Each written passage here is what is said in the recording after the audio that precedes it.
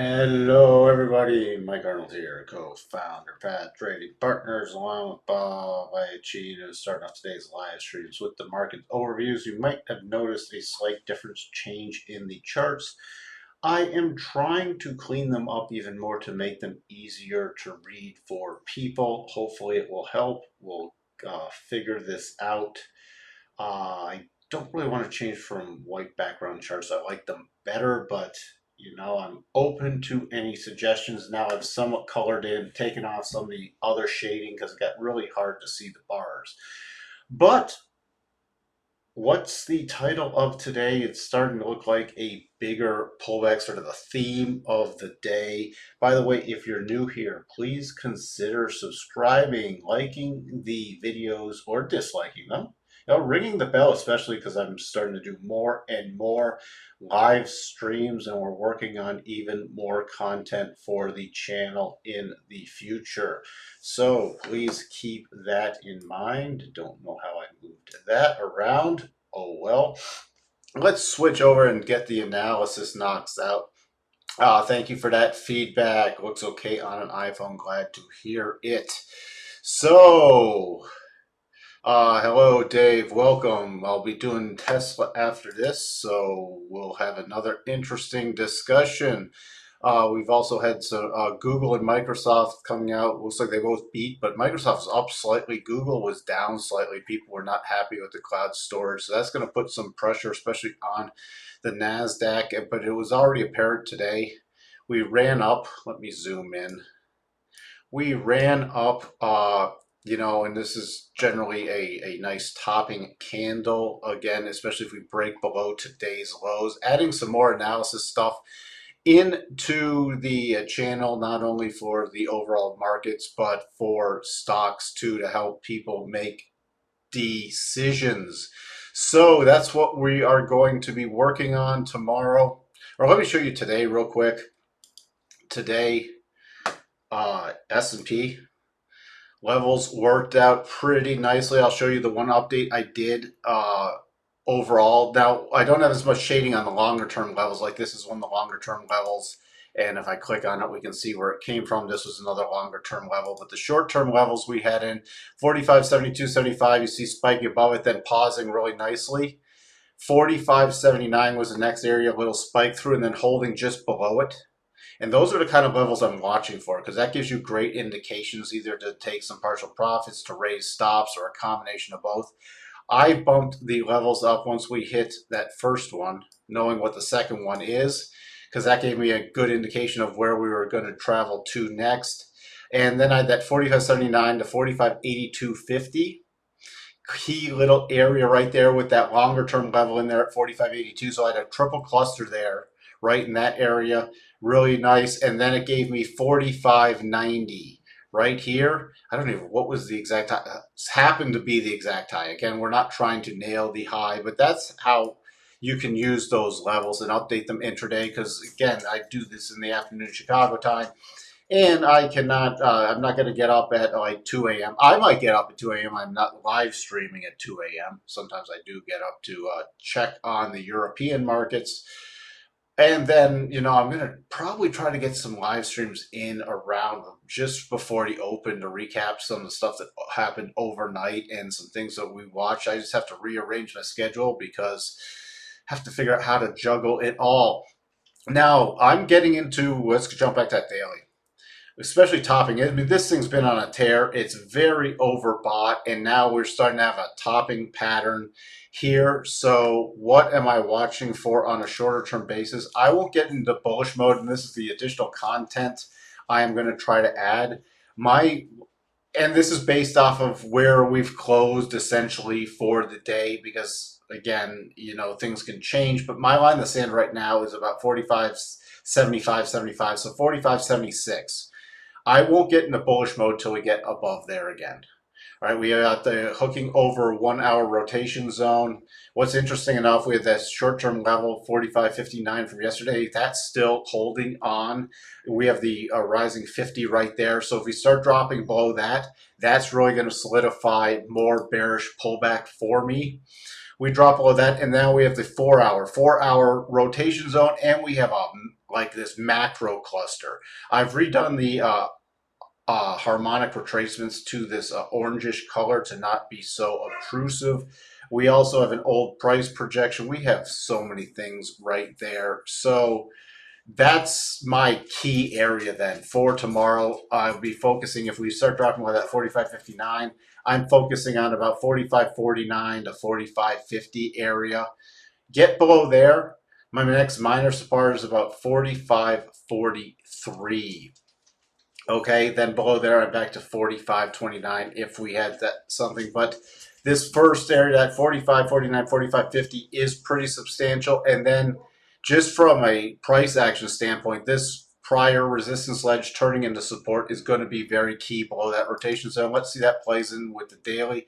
See, the daily is so far off the daily rotation zone that there's that 40, there's that cluster level. There's that next level I was talking about, that 45.43 area.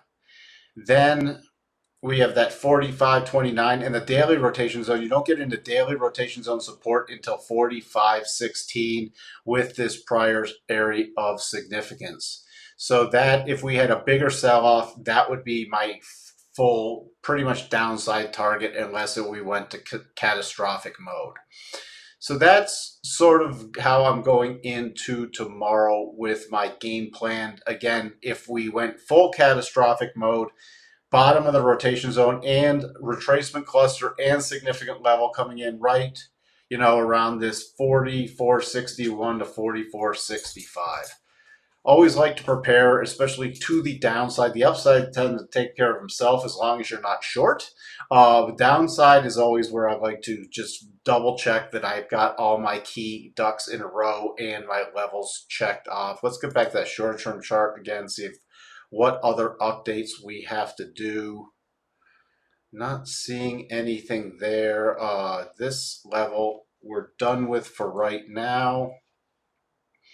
And I'm just checking my upside levels. So to the upside above 45.75, here's where we can do a little, if you want the minor levels, these are very minor levels. Those would be my next minor bullish ones, would be this 45.84 again to about 45.86. Then above there, I'm looking at the highs 45.90. If we rotate back up and get, my line in the sand, this 45.76 area, and we get through these minor levels and above 45.90, I'm looking at 45.99.25, so 4,600, then 4608.75.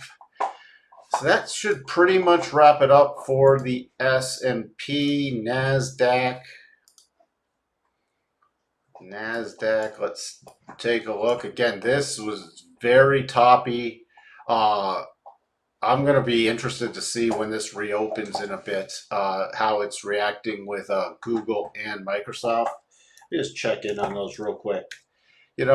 Since this is market overview and they came out, so Google closed 27.86. Post is trading 27.57, so down slightly, not major, but it's still down, and that's a big component. Microsoft, they beat, but it's not getting any traction. So that'll be interesting, especially going into tomorrow. If all right, if it ran up substantially, now it's paused. It's post earnings now. Earnings they beat, but it's not rallying after hours. So that's why I'm going to be focusing again, really to see how this reacts out of the gate, especially with this bearish candle right here. Now, let's take a look at the shorter term charts. I think shouldn't go down more than less than 1 hour unless something major happens. So again, here were the levels on the NASDAQ.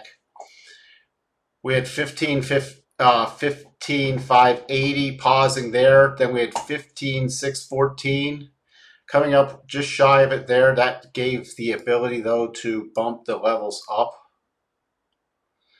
And, if we looked at the shading again, just for this little exercise, you can see right here, you can see that gave 15,697. So, I mean, this was a really good day for these harmonics. And the high was 15,701. So I don't think normally you can do. Sorry about the new rescue dog decided he would like to chew and drop bones right now.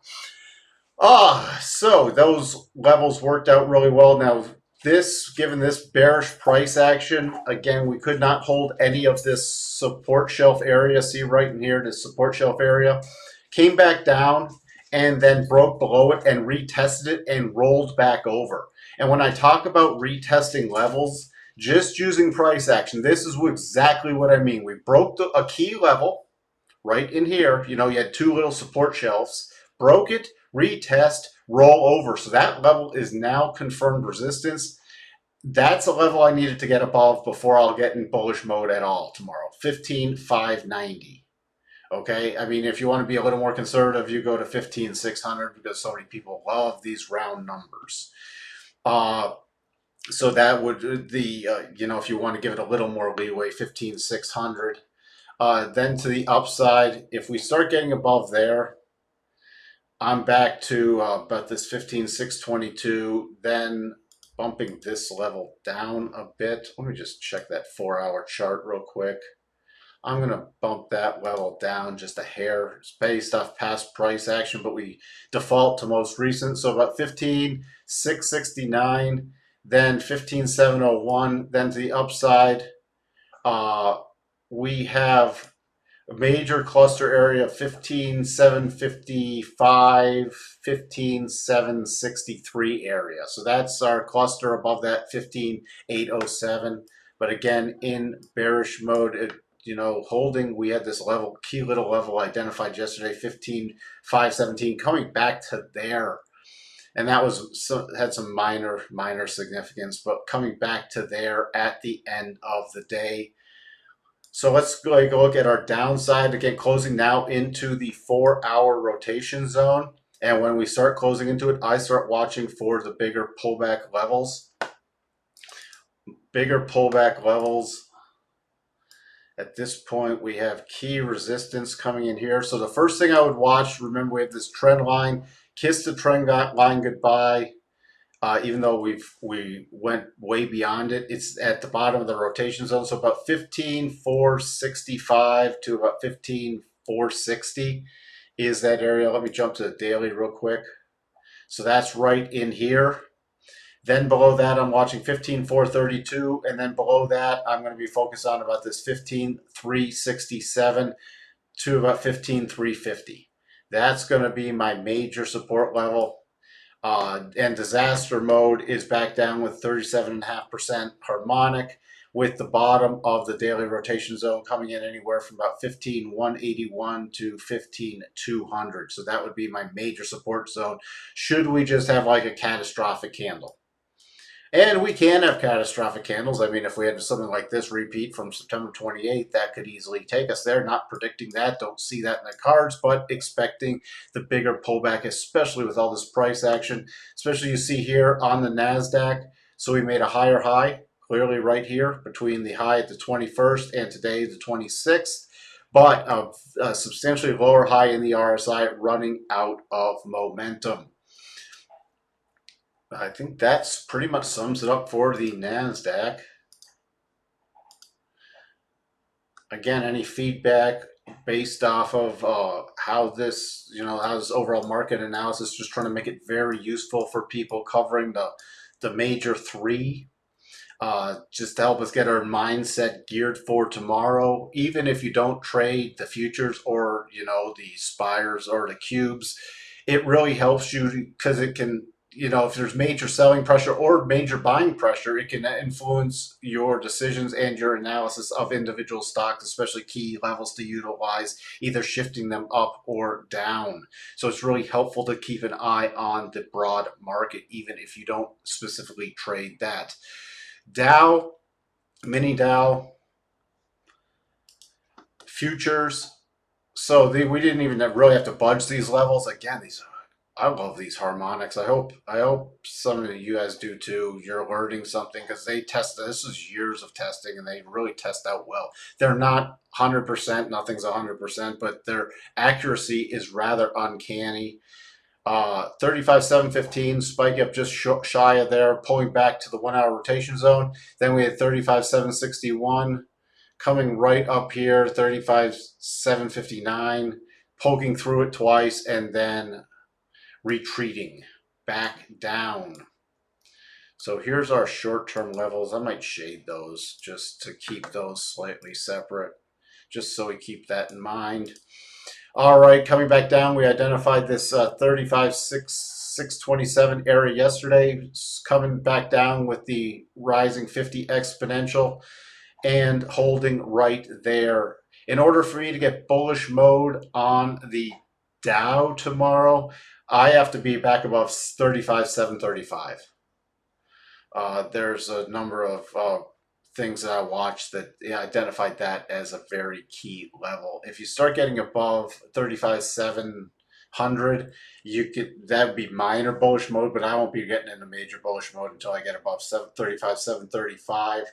Hooking over 1 hour rotation zone. 35,627, if we see that break, there was not a lot of great support. So not a lot of great support levels or, in there. It was just so choppy in there. So I'm going to be using, and we're closing just above the rotation zone. But if we start trading below there again, based off of here, I'm going to have to go with on the 4 hour. I'm going to have to go with right. See, this is tough. There's not a lot of confirmation here. I'm going to go with 35,590 area and with watching the rotation zone rise up. And then my next level would be this 35,570. Then below there, it's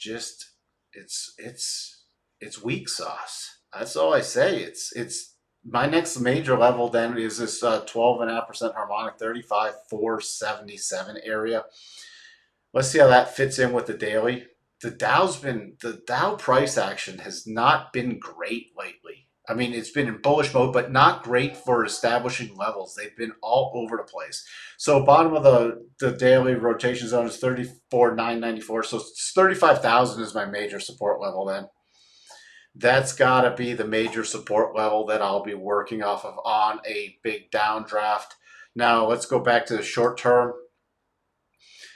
To the upside, if we get above my 35,735 area, minor, I'll be watching about 35,753. Very minor, just because we had, and I'll show you why. Let me copy a line again. Just here, I'll be using that level. We spiked above it, closed below, closed on it, but then hit it, spike above, close below, spike above, close below, and couldn't even rally back to that. So that I'm still going to have to use that as a key level, especially on a closing basis on a 1 hour. Because if we can get above that and we can't sustain any close above that, that is not terribly bullish price action, even though we're above my bullish level. 35,777. And then, where did I start this line from? I got to see where that's coming. That looks a little far off. I am going to go to let's just see what's our good stopping point. See, this is so crappy, this price action, but we can't go. I'm just going to have to use a standard. Pretty much, what do we call this? I call, if it goes forwards in time or backwards in time, how about vertical in time? So we have a vertical in time harmonic, 35,797, 35,817 are my levels with this area. I guess it would technically be here, so I guess it's a backwards in time harmonic. So that is the next level. That's based off the most recent swing. So that pretty much sums up all our upside and our downside levels. Let's see what Dave has to say. Dave. Orange lines for fib retracement are easier to distinguish. I already made the same change to my charts. Test out quite well. The harmonics do agree more. I couldn't. Okay, we got Yoda Dave now. A fine day. I didn't even see the next line. A fine day for Yoda talk it is. At least I picked up on that before I got to the last little line saying a fine day for Yoda talk it is.